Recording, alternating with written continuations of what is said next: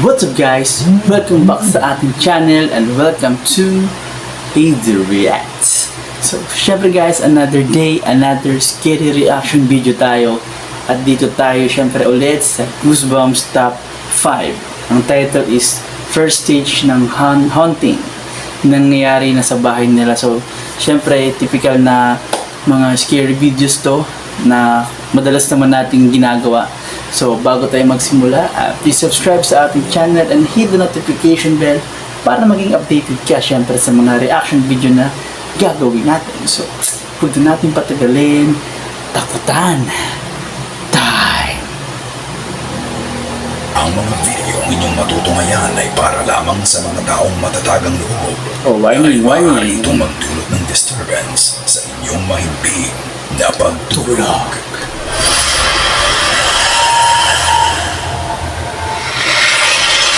House Tour. House tour. Ang video mapapanood ninyo ay kuha ni Silly Lady nang tumingin sila ng bahay. Lumalaki na ang pamilya niya kaya naisipan na nila ng boyfriend niya na lumipat na sa mas malaking bahay. Isang property ang nagustuhan nila kaya nag-set up sila ng appointment para sa house tour. Habang andun nga sila ay nagvi-video siya para ipakita sa nanay ng kanyang boyfriend ang hindi niya alam. Sa video pala na yon, may kakaiba na din siyang nakunan.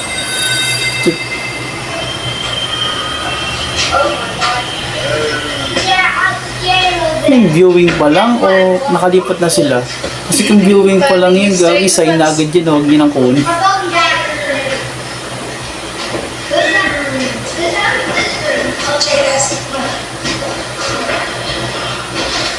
Oh, it's purple.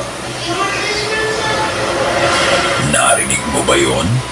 Habang iniikot nga ng pamilya niya ang bahay, pagsilip niya sa banyo, maririnig mo ang isang bulong ng babae.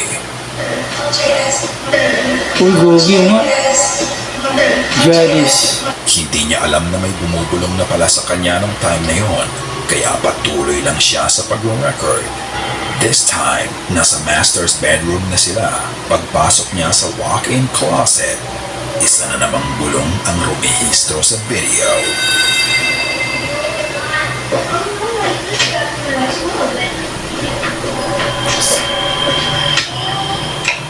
Oh my God. Ang sabi ng boses na narinig niya ay, "Don't buy." Ayaw nga, gagi. Ito ba ay babala sa kanya na huwag kukunin ng bahay? Mapapansin mo din na iba ang boses na bumubulong sa kanya sa closet. Para nga itong boses ng bata. Siguro ay pinapayuhan lang siya nito para wag nang bilhin ng bahay dahil kung itutuloy nila Viewing pa nga lang.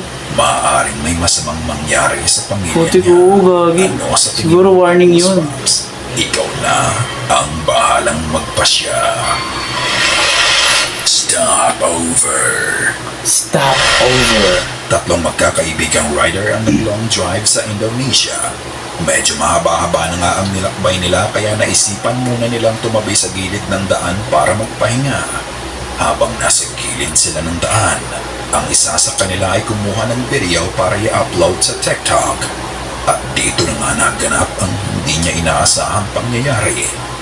Ito ang video na i-record niya. Và cái ni tiga orang akan dekat 3 orang saja. 3 orang saja.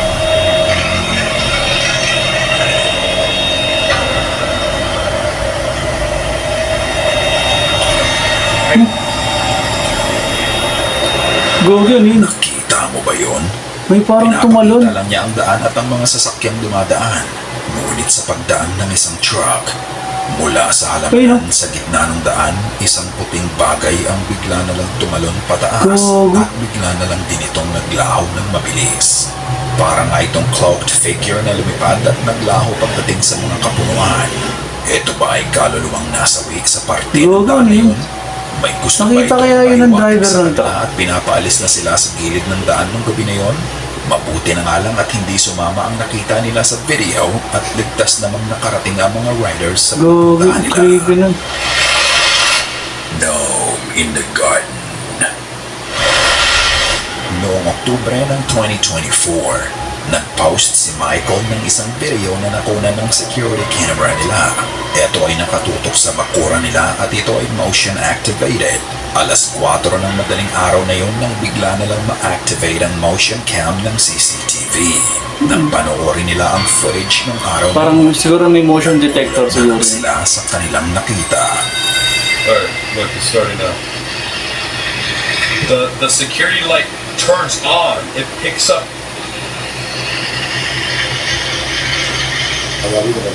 And then it walks back. It's at the dumaan. corner of the house.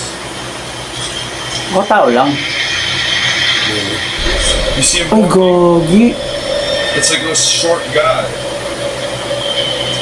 Tao ba yun? Parang, And then parang you see fog lang siya na hugis tao. Oo nga, gogi. Y camina, es una persona, no una persona chiquitica. Gogi, kinalabutan ko dun. Medyo malabo ang video at grainy din ang quality nito. Pero sa video, makikita mo ang maliit na bagay na naglakad Ayun, oh. mula sa kaliwa pa kanan. Ito ay may pagka-translucent at ito ay gumagalaw sa likod. Yun nga, akala ko nung una tao lang, pero Ano daw ang nakita ano nila siya, ngayon parang ay siyang- parang maliit na tao. Pagdating ng ano siya, painting parang ko siyang- sa gitna ng frame, ano lang siya, ito parang ay fog lang, unti-unti ganun. ding naglaho. Ang nakakapagtaka pa, paglakad nito sa isang bahagi ng halaman, makikita mo pang gumalaw ang mga dahon nito. oo nga eh. Ang ibig sabihin kaya nito ay may kakayanan ang nakita sa cam na magpagalaw ng mga bagay? O hindi Gogi. kaya ay may physical itong katawan? Ito ba ay supernatural entity katulad ng mga duwende sa atin? O ito ay isang compression problem lang ng security camera nila? Ikaw na ang magpasya. Window blinds. Window. Ang susunod na video ito ay nanggaling sa account ni Steve. Iron Man naman On ako. this particular night, naglalaro lang sila ng anak niya sa isa sa mga kwarto sa bahay nila. Kina-capture lang niya ang mga memories nila habang maliit pa ang bata. Ang ginagawa lang nila nun ay ipapasa niya ang mga bola sa anak niya at isushoot nito ang bola sa basket na nasa kama. Ang hindi nila alam, bukod sa bonding nilang mag-ama, meron na din palang nakakatakot na event ang nangyayari sa mismong harapan lang nila. Okay.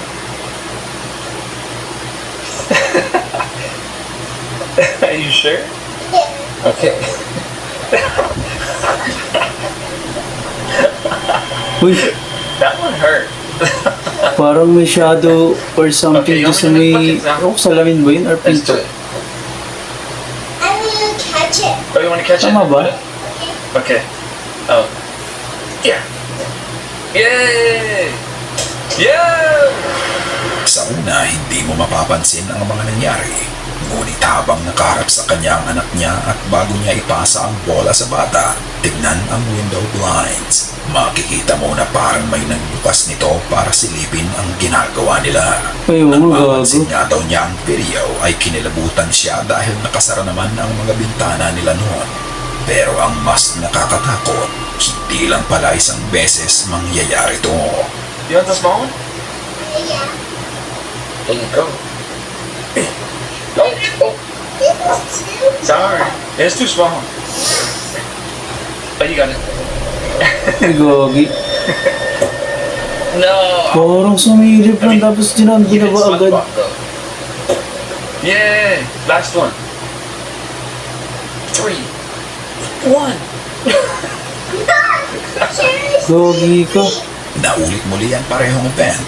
Iba ata yung nakita ko. Siguro hindi. Bata ang maliit na bola. Hindi ko alam eh. Parang nakita ko Makikita mo kanina eh. muling bumukas ang blinds ng mag-isa. Mabuti na lang din at meron silang CCTV sa kwarto at nakunan din ito ang kakaibang pangyayari.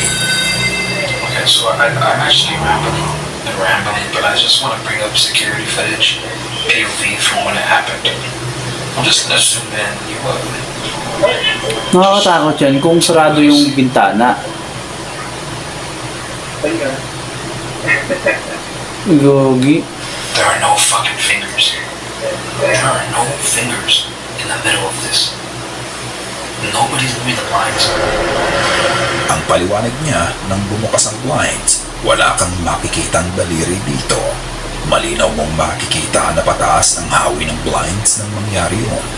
Kaya mas mahirap ipaliwanag Parang may ang sumilip naganap. lang, no? Ang lalo pa niyang Parang ipinagtataka, tinignan sila kung ano ang ginagawa kwarto kung nila. nasan sila sa video ay nasa Ito, second floor pa. Right here Grabe. is the room where it actually happened. Okay. So I was just sitting here with my daughter. Well, she was actually on the bed playing with her toy that she always plays with. All of a sudden, I didn't understand what was going on, because the only way you can move the blinds is if you're inside the room. There's no possible way. There's no possible way that Impossible- somebody can move the impossible blinds from talaga. outside of the room. There's no possible way somebody can just come up here and move the blinds from the inside. Gagi. Ipinakita niya na ang kwarto ay nasa second floor at naipakita naman niya ito nang silipin niya ang bintana. Dagdag pa niya, imposibleng may gumalaw ng blinds mula sa labas dahil sarado Tsaka ang kung hangin bintana. naman yan, Kaya ang posibleng paraan lang Hindi para rin siya gumalaw ito hangin ay kasi- mula sa loob ng kwarto. ano eh, sana sabay-sabay yung blinds Kung ano mag-open, man di ba? ang nagpapagalaw nito ay kasama nila sa kwarto ng mga oras na yon. Matapos nga nang nangyari ay pinabless na ng lola ang kwarto, ngunit para kay Steven, iba na ang pakiramdam niya sa kwarto simula nang mangyari yon. Okay, so this is the security camera that caught it. This is the whole area that it happened. I don't trust this area at all anymore, so my grandma had it last. However, matapos nang mabless to, another strange event happened, and it meron happened pa. right in front of him. Gagi, gumagalaw yung... Ay, puti ka. Hangin kaya? Hindi. Ay, putik, hindi hangin to. Ay, putik ka. Sa pagkakataong ito, binibidyohan naman niya ang pinto. Kusa itong bumukas ng mag-isa. Makikita mo na dalawang beses Gogi. tinatakot ito. Matapos Gogi, nun ay tatakbo kusa ko. na lang namatay ang ilaw Namatay pa yung kwarto ilaw. at ang biglaang Kinulong mo, pagsara kinulong ng mo. pinto. Dito malinaw mong makikita na hindi lang basta namatay ang ilaw dahil makikita mo ang switch nito na gumalaw ng mag-isa at deliberate kung ano man ang may gawa nito. Are they being haunted by Gogi. something sinister? Dahil nga dito ay patuloy siya sa pag-capture ng mga video, pero matapos na ang nangyari sa pinto ay wala pa nga daw iba pang activity sa kwarto nila. Ang concern niya ay baka sa susunod ay saktan na ng entity ang anak nila. The Mimic. Ito talaga, She was nakakakilabot. just recording herself one night. Nagayahin ka. Often Ano kung some mimic, random stuff gagayahin ka and niyan eh. whatnot. Habang nagre-record siya, bigla na lang mawawala ang kasiyahan sa mukha niya at ito ay mapapalitan ng pagtataka. She was alone in the house when she heard this. Pakinggang mabuti.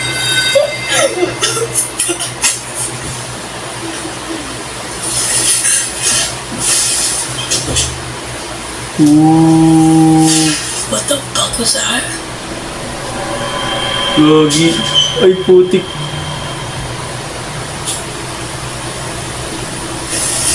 Oh my god, what the fuck was that? My speaker's right here. My speaker's right here. What the fuck was that? Was I schizophrenic? Dude, someone just talked behind me. I just heard myself Gagi, echo. May boses ng bata ang bigla na lang narinig sa kwarto niya. Ang Nakakatakot sabi talaga nito, pag bata. "What's your name?"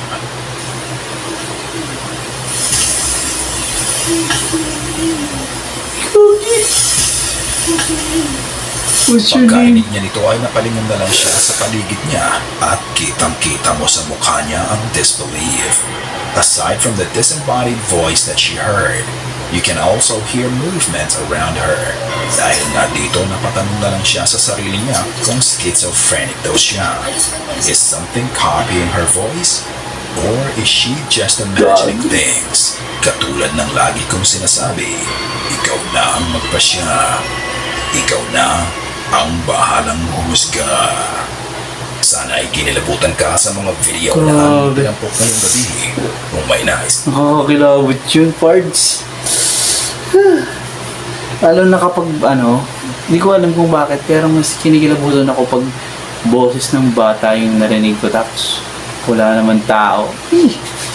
So, yun lang guys. Sana nagustuhan nyo itong reaction video na ginawa natin. And please subscribe sa ating channel and hit the notification bell para maging updated ka sa mga reaction video pa na gagawin natin. So, yun lang po at salamat! Bye!